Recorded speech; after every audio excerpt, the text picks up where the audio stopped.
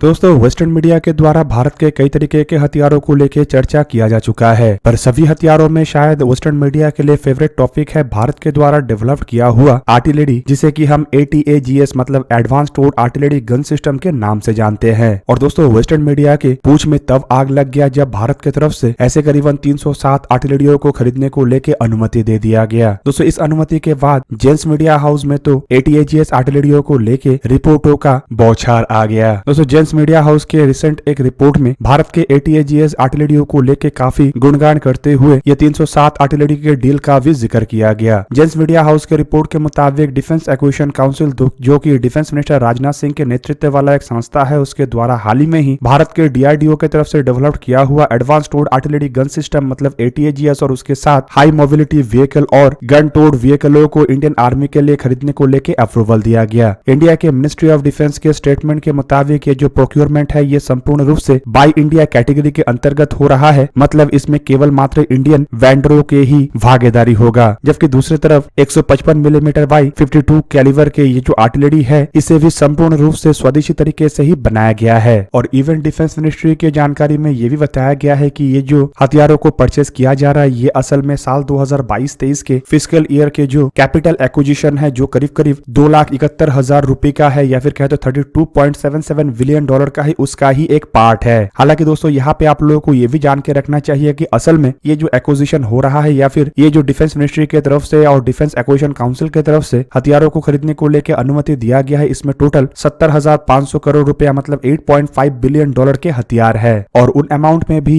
307 ATAGS gun का amount काफी कम है, जबकि बड़े मात्रा में असल में नेवी के लिए हथियार खरीदा जा रहा है, जिनमें नेवी के लाइट यूटिलिटी हेलीकॉप्टर और 200 ब्रह्मोस मिसाइल शामिल है। अब दोस्तों जेम्स मीडिया हाउस के इस रिपोर्ट में कुछ इंडिया के वरिष्ठ अधिकारियों के हवाला देते हुए ये भी जानकारी दिया जा रहा है कि ये जो आर्टिलरियों को परचेस किया जा रहा है असल में ये इंडिया के नॉर्दर्न बॉर्डर में मतलब चाइना के बॉर्डर में डिप्लॉय करने के लिए है, जहां पे ये आर्टिलरी इंडिया को डायरेक्ट फायर सपोर्ट देगा। अब दोस्तों देखा जाए तो साल 2022 के दिसंबर महीने में ही इंडियन आर्मी की तरफ से ऐसे आर्टिलरी गनों के रिक्वायरमेंट का बात कहा गया था और एक तरीके से कह सकते हैं कि एक रिक्वेस्ट फॉर इंफॉर्मेशन जारी किया गया था। और हाल ही में ही ATAGS गनों के द्वारा काफी एक्सटेंसिव ट्रायल को अंजाम दिया गया, जहाँ पे गनों को उसके हद से आगे जाके भी टेस्ट किया गया। यहाँ पे दोस्तों आप लोगों को ये भी जान के रखना चाहिए कि ये जो ATAGS गन है ये असल में दुनिया के सबसे अधिक रेंज तक ट्रेडिशनल गोलों को दागने वाला आर्टिलरी भी है। अब तक इन गनों के द्वारा कई तरीके के रिकॉर्ड को बनाया जा चुका है और रिपोर्ट के मुताबिक गनों के इफेक्टिव रेंज जहाँ पे 48 किलोमीटर से थोड़ा अधिक है, तो वहीं पे एक टेस्ट के दरमियान ATAGS ने high explosive blast bleed ammunition को 52.074 किलोमीटर तक दागा था। हालांकि अगर इसमें रैमजेट प्रोपल्शन वाले आर्टिलरी शेल्स का इस्तेमाल किया जाता है तो ये 60 किलोमीटर से भी अधिक तक टारगेटों को निशाना बना सकेगा। और दोस्तों ऐसे आर्टिलरी शेल्स का डेवलपमेंट भी हो रहा है और इसका डेवलपमेंट असल में IIT मद्रास और IIT कानपुर रिसर्च सेंटर इमारत के साथ मिलकर कर रहा है। और दोस्तों शायद इसी टारगेटिंग रेंज के कारण इन आर्टिलरियों को लेकर इतना अधिक चर्चा वेस्टर्न मीडिया में होता होगा। दोस्तों इससे पहले भी जेम्स मीडिया के करीबन 8 से 10 ऐसे आर्टिकल है जिसमें ATAGS का काफी अधिक गुणगान किया गया। जबकि दूसरी तरफ अगर देखा जाए तो इन ATAGS गनों को डेवलप करने के बाद भारत अपने बेड़े के पुराने हो चुके 105 मिलीमीटर और 120 मिलीमीटर के आर्टिलरियों को भी इन गनों से ही रिप्लेस करेगा। रिपोर्ट के मुताबिक भारत कम से कम 4000 के आसपास ऐसे आर्टिलरियों को परचेस करना चाहता है और सम्मिलित रूप में इन आर्टिलरियों का ऑर्डर ATAGS और धनुष को दिया जाएगा। और दोस्तों धनुष भी भारत के द्वारा ही इंडिजीनियस तरीके से बनाया हुआ एक 155 मिलीमीटर बाई 45 किलोमीटर के आर्टिलरी है। दूसरी तरफ दोस्तों आप लोगों को यह भी जान के रखना चाहिए कि इन गनों का असल में मैन्युफैक्चरिंग का जिम्मेदारी आइदर टाटा या फिर कल्याणी ग्रुप को दिया जाएगा, पर यहाँ पे डिपेंड करता है कि कौन सी कंपनी लोएस्ट बिडर होगा। जितने भी आर्टिलरियों को परचेस किया जाएगा उनमें से 70% आर्टिलरियों को लोएस्ट बिडर के द्वारा निर्माण किया जाएगा, जबकि सेकंड लोएस्ट बिडर बाकी के 30% आर्टिलरियों को निर्माण करेगा। इवन दोस्तों इसके अलावा यहाँ पे आप लोगों के जानकारी के लिए मैं ये भी बता दूं कि ये जो आर्टिलरी है ये केवल नॉर्मल एरिया में ही काम नहीं कर सकता, बल्कि हाई ऑल्टीट्यूड एरिया मतलब 15,000 के फुट के ऊंचाई में भी ये काम कर सकता है। और साल 2021 के जून महीने में एक सक्सेसफुल परीक्षण के दरमियान इसे जांचा भी जा चुका है। अब दोस्तों ATAGS और धनुष जैसे आर्टिलरियों के डेवलपमेंट के साथ साथ कल्याणी ग्रुप की तरफ से भी अपने अलग अलग तरीके के आर्टिलरियों को बनाया जा रहा है। और दोस्तों ऐसे आर्टिलरी कई सारे देशों के बड़े बड़े कंपनियों के पेट में लात मारने जा रहा है। हालांकि दोस्तों इसका शुरुआत भी हो चुका है और अर्मेनिया की तरफ से ऐसे वेस्टर्न देशों के हथियारों को ना परचेस करके भारत के ही कल्याणी ग्रुप के आर्टिलरी को परचेस करके ये दिखाया गया कि आने वाले समय में किस तरीके से भारत ऐसे बड़े बड़े कंपनियों के के लिए बड़ा चैलेंज बनने जा रहा है। और शायद इसे ही देखते हुए अब वेस्टर्न मीडिया में भारत के इन आर्टिलरियों को लेकर इतना अधिक चर्चा हो रहा है और हर दिन लगभग ATAGS को लेकर कोई नया आर्टिकल आ रहा है। दोस्तों आप लोगों को क्या लगता है कि ATAGS के खरीदारी किस तरीके से वेस्टर्न देशों के बड़े बड़े कंपनियों के लिए बड़ा झटका है? कमेंट करके अवश्य बताइए। दोस्तों आज का वीडियो यही पे ही करते हैं समाप्त। किसी और एक दिन किसी और एक वीडियो में मिलेंगे, तब तक के लिए जय हिंद, वंदे मातरम।